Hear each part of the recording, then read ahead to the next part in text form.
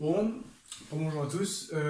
Ici, on va faire le tableau de variation d'une fonction, d'accord? Et donc, j'en ai déjà fait un, je l'ai déjà expliqué, mais bon, ici, c'est des exercices pour s'entraîner, d'accord? Donc, comme je l'avais dit, lorsqu'on dresse un tableau de fonction, c'est pour savoir quand elle descend et quand elle monte. Et donc, pour savoir quand elle descend et quand elle monte, il faut qu'on sache quand elle s'arrête de descendre et quand elle commence à monter. Donc, il faut connaître le point où quand on descend, et ben après on remonte, tout simplement, d'accord? On le met dans le tableau. Et après, entre chaque point, on va dire entre ce point-là et ce point-là, elle est positive. Elle descend, pardon. Entre ce point-là et ce point-là, elle monte.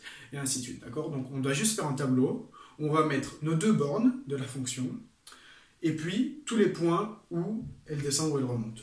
Donc, dans ce graphe-ci, d'accord? On est, nos bornes, c'est moins 4 et 3. Et du coup, je réécris x et f de x et j'écris moins 4 et 3. D'accord? Et donc, après, je vais écrire tous les points où elle monte ou elle redescend.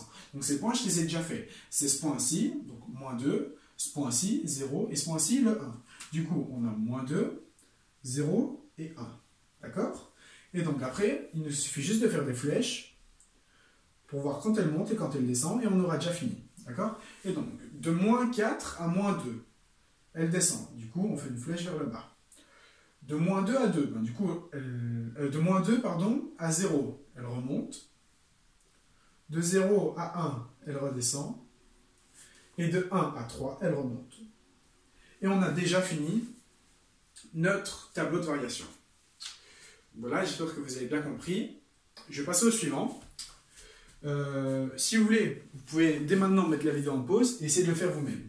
Okay? Je ne sais pas si on voit bien les points. Ici, c'est moins 2. Là, j'ai 1 moins 1, 1.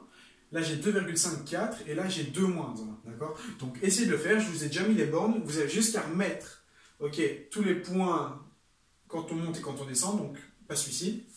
Hein, parce qu'ici, on ne monte pas, on ne descend pas. Et vous les remettez dans le tableau et vous faites des flèches monter, descendre. D'accord? Donc, mettez la vidéo en pause. J'attends un petit peu. Voilà. Et maintenant, je le fais. D'accord? Donc, correction. Le moins 4 et le 4, ils sont déjà placés. On doit juste placer les points quand ça monte et quand ça descend. Ici, c'est ce point-ci, donc le moins 1 et le 2. Donc, je réécris moins 1 et le 2. Et donc, je regarde. De moins 4 à moins 1, elle monte. Du coup, je fais une flèche vers le haut. De moins 1 à 2, elle descend. Du coup, une flèche vers le bas. Et de 2 à 4, elle monte. Du coup, une flèche vers le haut. Voilà, donc ça c'est pour les tableaux de variation. J'espère que j'ai été assez clair. Okay. Donc je récapitule, on met les bornes, on met les points où on monte et on descend, et puis on indique si on monte et si on descend entre les points. Voilà, voilà. Bon, tant que j'y suis, on va faire le tableau de signes. D'accord? Donc je vous laisse un instant, et moi, je vais faire les tableaux de signes. Donc ici, on va dire qu'on a 1, ok. 2, 0, non, on va dire qu'on a 3. Voilà, bon. J'espère que vous avez noté. Si vous n'avez pas eu le temps, vous pouvez mettre pause maintenant. Et moi, je passe à la suite.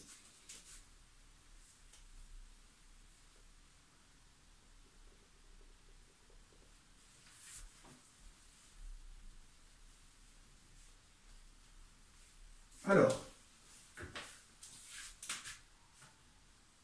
les tableaux de signes, qu'est-ce que c'est? Les tableaux de signes, il s'agit de définir à partir de quand la fonction est négative et elle est positive. Okay? Et donc, à l'inverse, non pas à l'inverse, mais comme on avait fait dans le tableau de variation, il suffisait de définir le point où on arrivait en descendant et où on remontait. Et donc, on mettait les points et puis on disait si elle montait ou si elle descendait. Maintenant, ça va être pareil. On va tout simplement mettre les points à partir du moment où elle est positive et elle devient négative. Et puis elle remonte, elle redevient positive et ainsi de suite. D'accord? Tous ces points, on les appelle les zéros de la fonction. D'accord? Donc c'est à chaque fois que la fonction va couper l'axe des x. D'accord? Et donc à ce moment-là, la fonction de notre point, vu qu'elle est sur l'axe des x, elle serait égale à 0. Donc elle sera nulle.